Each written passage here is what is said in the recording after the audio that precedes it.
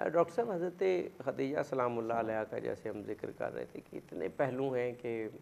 جتنا ہمارے پاس ٹائم ہوتا ہے اس میں بیان ہی نہیں کیا جا سکتا۔ اب ایک پہلو جو میرے ذہن میں ہے کہ اس دور میں آپ کی بزنس مینجمنٹ، آپ کی ٹائم مینجمنٹ، آپ کی اس معاشرے کو سمجھنے کی اور اس سمجھنے کے بعد اس معاشرے کو اس کے مطابق ڈیل کرنے کی صلاحیت، یہ تو اس وقت کے مردوں میں بھی نظر نہیں آتی جو آپ کی خاتون ہوتے ہوئے، تو اس حوالے سے بھی آپ ایک رول ماڈل ہیں۔ آج کل کہتے ہیں نا بزنس مین یا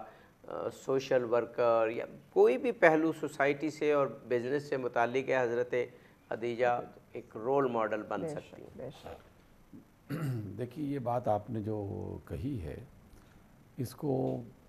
ہمارے نصاب کا حصہ ہونا چاہیے۔ وہ لوگ جو اکنامکس اور کاروبار اور بزنس ایڈمنسٹریشن کے حوالے سے بات کرتے ہیں، تو جیسے آپ نے ذکر کیا کہ اس زمانے میں کہ جہاں تمام کے تمام گھر کے باہر کے معاملات مردوں کے ہاتھ میں ہوا کرتے تھے، تو یقیناً ہم نے یہ بات آغاز میں بھی کہی کہ اللہ کے بڑے منصوبے میں یہ چیزیں شامل تھیں، اور آپ نے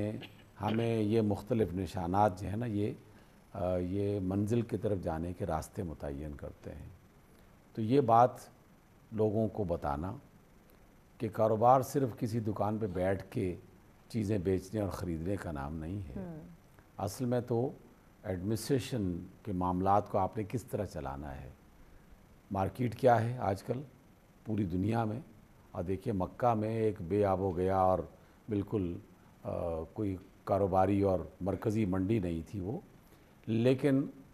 جس خاتون کو یہ پتہ ہو کہ شام میں کن کن چیزوں کی ضرورت ہے، جو وہاں سے ہزاروں کلومیٹرز کے فاصلے پر ایک بستی ہے، یمن میں کون کون سی چیزیں بیچی جائیں گی اور خریدی جائیں گی، اور راستے میں کس طرح سے حفاظت کی جائے گی، کس طرح مال و متاع خریدا جائے گا، بیچا جائے گا، حساب کتاب کیسے رکھا جائے گا، کن افراد کو اس میں شامل کیا جائے گا، جو کارکن کی حیثیت میں ہوں گے، جو نگران کی حیثیت میں ہوں گے، جو ماہرین تجارت کی حیثیت میں ہوں گے، کیونکہ خاتون تو اپنے گھر میں ہے، لیکن ساری معلومات ان تک پہنچ بھی رہی ہیں، معلومات کا جائزہ بھی لیا جا رہا ہے، حساب کتاب بھی لیا جا رہا ہے، اور کامیاب تجارت بھی کی جا رہی ہے۔ تو یہ سارا فن سیکھنا اس بات کی علامت ہے کہ اگر کوئی خاتون کوئی ایسا کام کرنا چاہتی ہے کہ جو بظاہر معاشرے میں اس کا عام چلن نہیں ہے، لیکن اگر اللہ تعالیٰ نے اسے ایک ذہن رسا دے رکھا ہے اور صلاحیت اسے دے رکھی ہے، تو اسے بھرپور استعمال کرنا چاہیے۔ 3 چیزوں کے ساتھ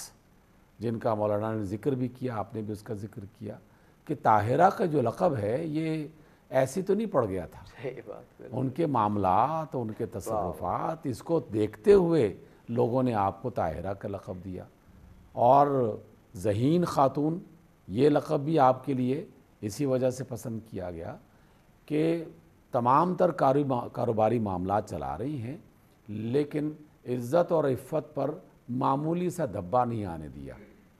اور ان تمام حفاظتی تدبیروں کو اختیار کیا جس سے کسی بھی آلائش کے آنے کا امکان ہو سکتا ہے۔ تو ایسا نہیں ہے کہ آج کی خاتون اگر کاروبار کرے گی تو اسے لازماً کسی خاص لباس میں پہن کر زیب و زینت کا ایک نشان بن کے میدان میں اترنا پڑے گا، پھر اس کی عزت کہاں رہے گی، عفت کہاں رہے گی۔ نہیں جناب، نیت کر لی جائے اور عزم کر لیا جائے تو عزت اور عفت کی حفاظت کرتے ہوئے بھی کامیاب ترین کاروباری معاملات پڑھائے جا سکتے ہیں۔ تو ان کی تعلیمات بیک وقت ایک تو کاروباری مہارت کہ اس میں کیا کیا چیزیں ہونی چاہیے، دوسرا اخلاقی جو قدر ہے اس کی حفاظت، یہ بیک وقت تعلیم کا حصہ ہونا چاہیے، اور سیدہ خدیجہ جو ہے اس کی بہترین مثال ہے ہمارے۔